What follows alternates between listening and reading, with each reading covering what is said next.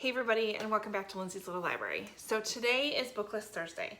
BookList Thursday is something I do with Sarah over at Sarah's Nightstand. We come to you every Thursday with some sort of book thoughts, ideas, recommendations, something bookish related. Today's topic, of course, we're still in the month of October. We are doing a kind of thrillery, spooky, Halloweenish themed BookList Thursdays in October. So this week's theme is best thrillers I read this year. So this is in order from the not so great to, well, not that it's not great, but like good thrillers to the best thriller that I read. Okay, so we're gonna start kind of at the bottom, even though they're still fantastic. So the first one I'm gonna talk about is The Chalkman, which, oh, you can't see it this time. There it is, by C.J. Tudor. This follows a group of boys. There's dual timelines. So you have present day and you have kind of when they were kids. And I don't want to spoil too much for you, but when they were kids, there was somebody died, and there was this chalk man that was rumored to have ties to it, and these boys were kind of in the midst of all of this happening. And then fast forward to today, and it appears that the chalk man is back. So really, it was a very good book. The whole chalk man thing was creepy because he would leave drawings places and but it was really, really good. I do suggest that book, absolutely.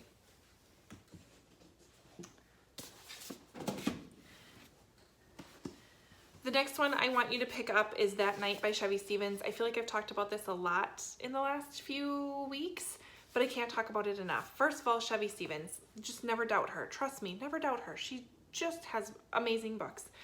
But this one again has dual timelines. We follow our main character, Tony, and we find out from the beginning she's actually in prison for the murder of her sister. Yeah. So we go back and forth between what actually happened, what present day is, what she's gonna do now that she's actually, when we start, she's getting out of prison. Yeah, so really good book, kept me guessing. Yeah, didn't see some things coming, so fabulous.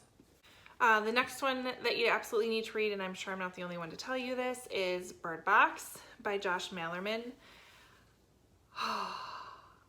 So creepy, so creepy. So something happens, and I still don't know if it was, you don't really know where these creatures came from, but something happens where all of a sudden there's these creatures on Earth, and maybe it's not a creature, maybe it's just something that if you look at it, all you want to do is either kill the people around you or kill yourself.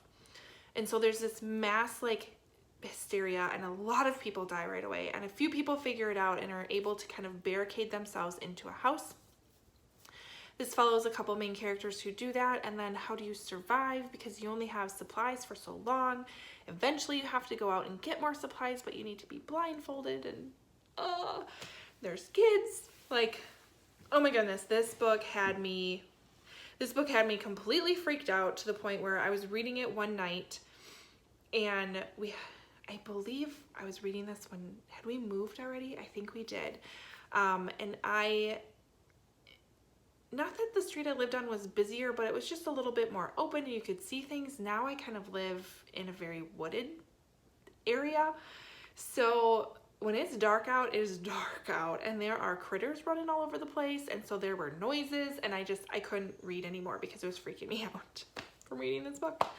Or maybe, I don't know. Anyways, I needed to stop because it was fantastic and highly recommend it. It was great. I'm trying to watch the movie. It's just, I don't know. I think I need more time between reading the book and watching the movie. I'm not a good, like, watch the movie right after I read the book kind of girl. So sometimes, I mean, it's on Netflix. I'll get to it, right? The next book I want to talk about is The Silent Patient by Alex Michaelides.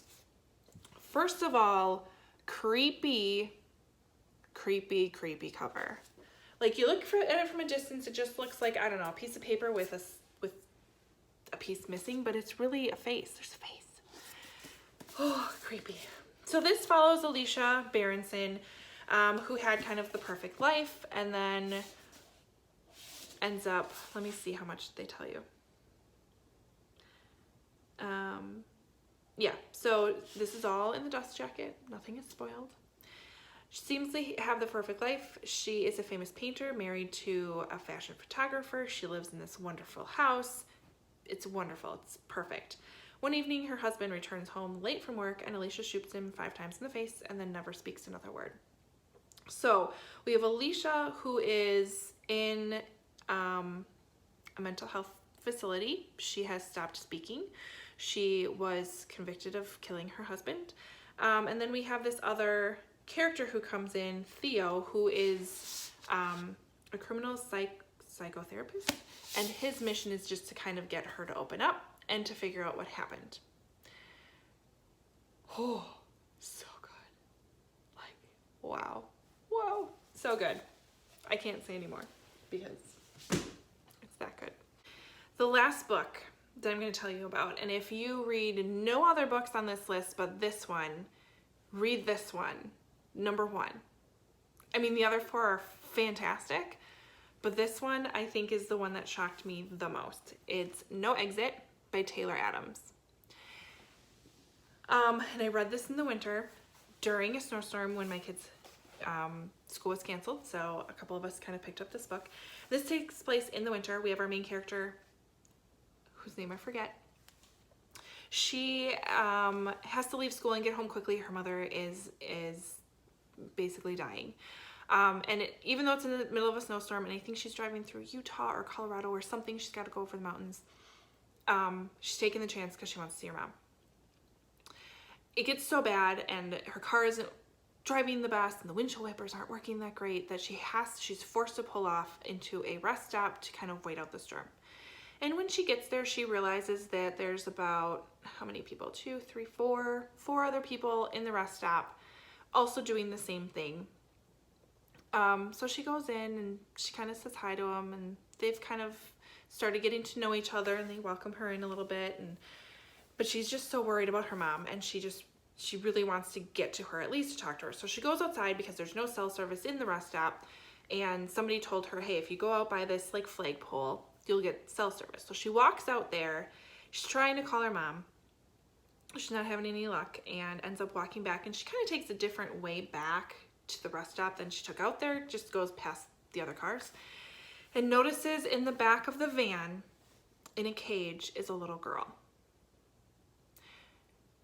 Yeah. So who the heck inside? Whose vehicle is this? Why is there a little girl in there in the freezing cold in a cage? Who kidnapped her? What's going on? And now she's stuck with them. She can't leave. It's a storm. Oh my gosh. This was the most suspenseful book. I couldn't put it down, even though it freaked me out. I will never stop at a rest stop again. So good. So good. Read the book. Trust me. It's amazing. So those are my favorite thrillers of the year. My top 5, at least. As you all know, I'm reading some good ones this month as well. So who knows? I don't think No Exit's going from number 1. Like, it'd have to be a pretty phenomenal book to knock that off, for sure. But pick any of them up. They are awesome, but really just pick up No Exit. And hop over to Sarah's channel and see what she's got for her favorite thrillers that she's read this year. Otherwise, comment below, what are some good ones? What am I missing? This is like one of my favorite genres, so give me all the thriller books. And we'll chat about that in the comments. Otherwise, like, subscribe, and I'll see you next time. Bye.